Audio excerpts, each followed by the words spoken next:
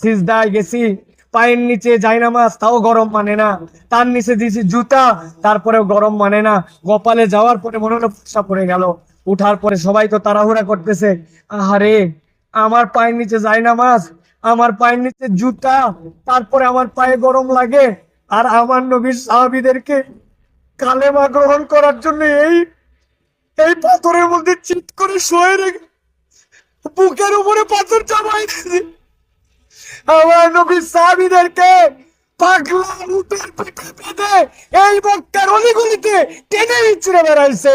এই জায়গাতে তাদের বুকের উপরে পাথর চাপায় আগুনের মধ্যে দিয়ে দিছে। তাদের রক্তের বিনিময়ে ইসলাম পাইছি। বলেন তো ভাই, আমরা যে মক্কা শরীফে আসছি, এই মক্কা শরীফে হজ করার জন্য আসছি। হজ তো কাবা ঘরেই হওয়ার কথা, আল্লাহর ঘর কাবা। আপনাকে আল্লাহ রাব্বুল আমিন খানায় কাবায় না রেখে আপনাকে আল্লাহ রাব্বুল আমিন মিনার প্রান্তরে কেন আনলেন? কেন মিনার পয়দানে আমরা কেন আসলাম? অন্তরটা অনুভূতির জাগ্রত করেন। আমি আপনাদের কাছে কোনো উদাহরণ দিতে চাই না, একটা উদাহরণ দিতে চাই। নিজের বিছনার দিকে তাকান, বিছনার মাপটা হাত দিয়ে নেন, লম্বায় কতখানি, পাশে কতখানি, একটু মাপ নিয়ে দেখেন। আপনার টাকা পয়সা, আপনার দুনিয়ার দাপট ক্ষমতা, দুনিয়ার বলিষ্ঠতা, পাওয়ার, সবকিছু এই বিছানার মধ্যে দেওয়া আছে। আপনি আমি যাই হই না কেন, যখন কবরস্থ হতে হবে, এর থেকে বেশি জায়গা আমাদের নসিবে থাকবে না। তাকায় দেখেন, কবরে চলে যেতে হবে। জমিদার আপনার নাম, পলিটিশিয়ান আপনার নাম, শিক্ষক আপনার নাম, পিএইচডি আপনার নাম, মিলিয়নিয়ার ব্যবসায়ী আপনার নাম। কথা শোনেন, মন দিয়ে কথাগুলো শোনেন। অনেক মোবাইল টিপতে পারবেন, চালাতে পারবেন, সময় আসবে আপনার। এটা অনুভূতির সফর। আমি আপনাদের কাছে আগের দিন বলেছিলাম, সেদিন রাত্রেবেলা, যে হজ হচ্ছে অনুভূতির সফর। মনে আছে আপনাদের? হজ অনুভূতির সফর। নতুন যারা আসছেন তাদের কাছে আবার বলি, হজে আপনি আসছেন, বই খুলে আপনি তাওয়াফে দাঁড়ায় গেছেন।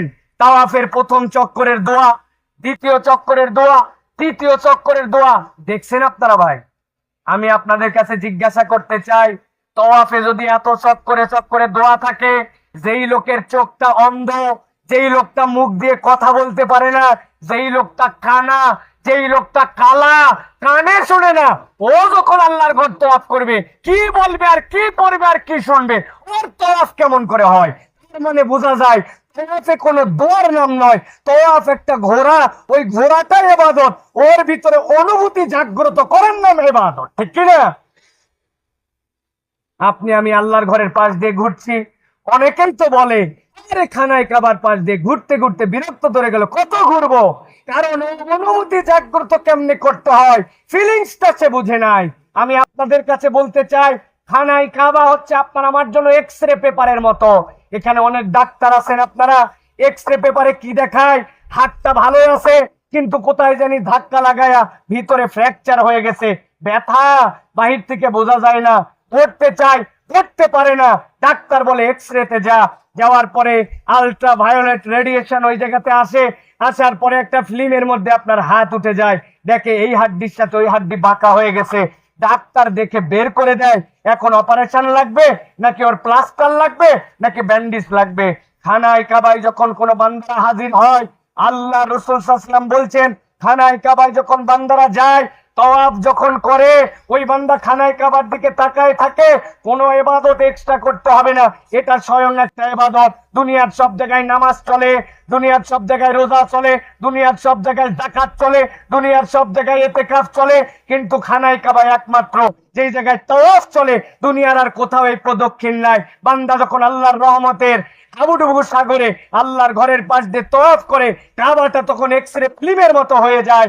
আপনার গুনাহগুলো আল্লাহর রহমত দিয়ে কাবার মধ্যে প্রতিবিম্বিত হয়। বান্দা যখন ঘুরতে থাকে আর আল্লাহর মহত্ব বর্ণনা করতে থাকে, রুকনে ইয়ামানিতে যখন আসে, আসার পরে যখন বলতে শুরু করে, রব্বানা আতিনা ফিদ দুনিয়া হাসানা ওয়া ফিল আখিরাতি হাসানা ওয়া কিনা আযাবান নার। আদম আলাইহিস সালাম থেকে মুহাম্মদ সাল্লাল্লাহু আলাইহি সাল্লাম পর্যন্ত যত পয়গম্বর ছিলেন তাদের দাওয়াত ছিল লা ইলাহা ইল্লাল্লাহ। আর আদম আলাইহিস সালাম থেকে যত পয়গম্বর মুহাম্মদ সাল্লাল্লাহু আলাইহি ওয়াসাল্লাম পর্যন্ত ছিলেন তাদের মৌলিক দোয়া ছিল রব্বানা আতিনা ফিদ দুনিয়া হাসানা ওয়া ফিল আখিরাতি হাসানা। বান্দা যখন এই দোয়া করে বান্দার গুনাহগুলা ওই কাবার দেখতে পাই না, কিন্তু একটা রিফ্লেক্টরের মতো আল্লাহর রহমতে ওই বান্দাগুলা ঘুরে আর ওই দোয়াগুলা করে আল্লাহ রাব্বুল আলামিন রহমত দিয়ে তার গুনাহগুলাকে মাফ করতে করতে যখন সেই বান্দা ওই হাজরা আসওয়াদ বরাবর এসে আবার আল্লাহু আকবার বলে, আল্লাহ বান্দার গুনাহগুলা মাফ করে বলেন, বান্দা স্বীকার দিছে আল্লাহু আকবার, তুমি সবচেয়ে ক্ষুদ্র, তোর গুনাহ কত, আমি আল্লাহ তার থেকে রহমত বেশি, আমার বান্দাকে আমি মাফ করে দিলাম। এটা অনুভূতির সফর, এটা মুখস্থ মুখস্থ দোয়া করার সফর নয়। প্রিয় ভাইয়ের, একটা জিনিসকে আপনারা খেয়াল করেছেন, যখন সাফা মারওয়ার উপরে যে দাঁড়ানোর পরে খানায় কাবার থেকে মুখ ফিরাতে হয়, খানায় কাবায় যখন আপনি মুখ ফিরানোর পরে উপরে দেখবেন লিখা আছে, কোরআন মাজিদের মধ্যে আয়াতে কারিমা আল্লাহ দিয়েছেন, ইন্নাস সাফা ওয়াল মারওয়াতা মিন শাআইরিল্লাহ, নিশ্চয় সাফা নিশ্চয় মারওয়া আল্লাহর নিদর্শন।